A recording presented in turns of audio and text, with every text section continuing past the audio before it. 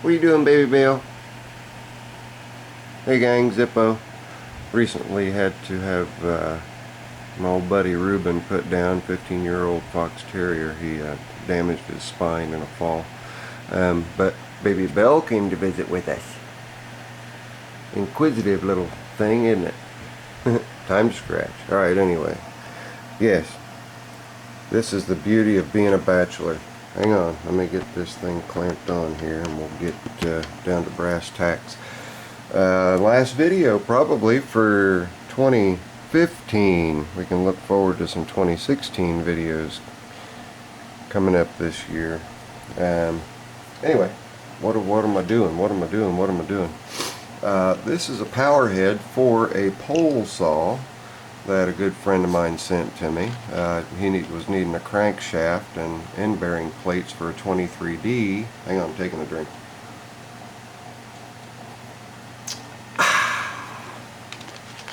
And I'm a little under the weather. Went and got my flu shot and then promptly caught the flu. Then after that, since my immune system was weakened, caught a cold. So excuse me, muddling through that. This came yesterday. The pole itself was supposed to come along with it, but is in a separate box. Apparently they had to send out a stretch limo to deliver that, because I've yet to see it, but it should be here today. At any rate, it's locked up. It's been sitting for a very long time, and I've gotten a number of two-cycle engines that have had the same issue, and it's just from sitting. Everything was sealed up good.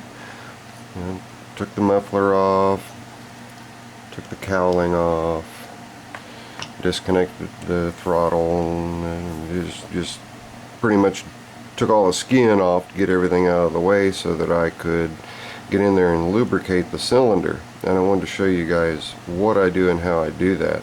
First thing I want to always check is to see what the position of the piston is in. So we're going to give it a little turn this way and take a look-see. And as we can see, the piston is up. So and that works to my benefit. That lets me get oil under the rings.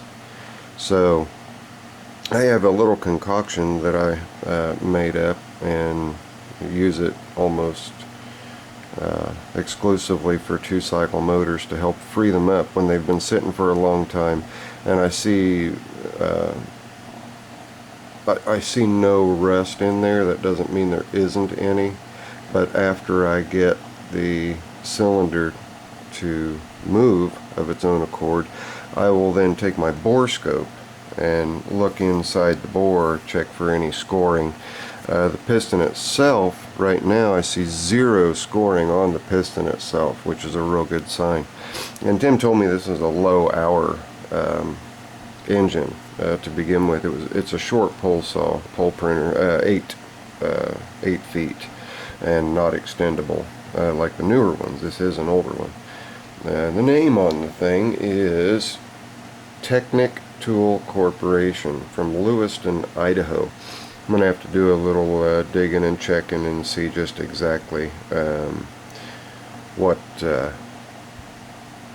animal this is. I can't imagine that they made the motor as well. It does have the nice Walbro carburetor on it, and the primer bulb appears to be in pretty decent shape. I may separate the piston, or may separate the cylinder from the crankcase if I can't get it broke free of its own accord without disassembly. But we're going to take a look into the spark plug hole, and without my bore scope right now, you guys certainly, I mean obviously you can't see what's exactly is going on in there, but let's get a look. Oh yeah, I don't know if you guys can see that or not, but that cylinder wall is really, really shiny, really nice, and the top of the piston doesn't have a ton of carbon on it. So I think this is going to be a pretty easy little job here. What a tiny little piston. I can't imagine that thing being much more than 1.25 inches. Itty bitty thing. So, but anyway, I take my magic mix here, and the red probably gives a clue as to what part of the ingredients are, and I give a few drops in there, enough so that I've got a little bit of a pool, and I'll check it again with my flashlight, a little bit of a pool at the angle that I'm holding it at. Yeah, I've got a nice little pool there. I don't know if that's showing up in the camera or not. Let's see here.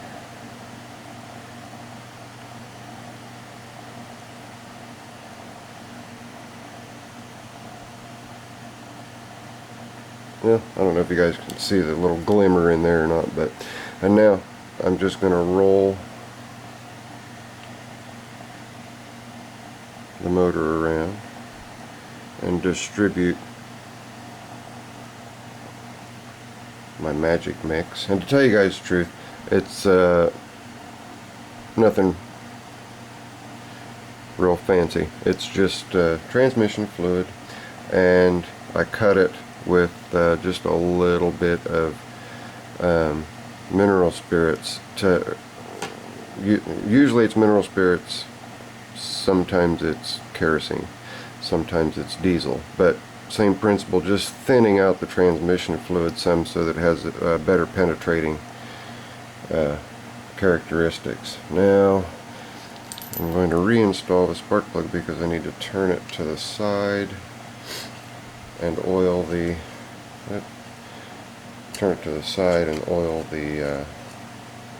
exhaust port, and so that I don't lose the transmission fluid concoction out of there. There we go. And now I do the same thing, only this time when I oil in there, gravity itself, the way I'm holding it, is just going to let it go ahead and traipse on around, and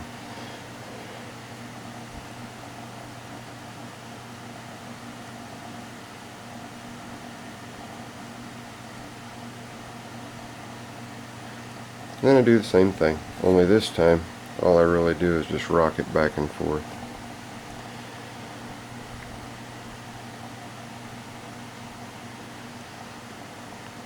And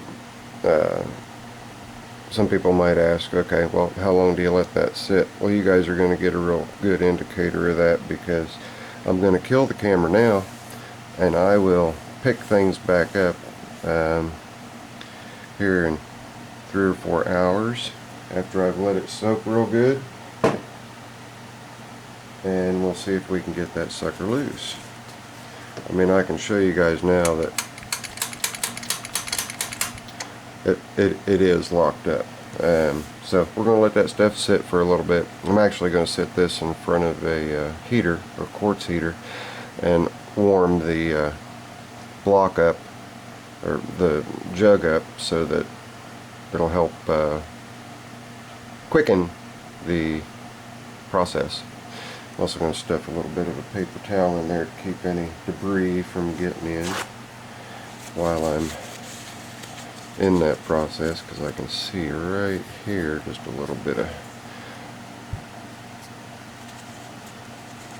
wood chips and whatnot. So just carefully, just like that. And I'm just going to let it sit in front of the heater.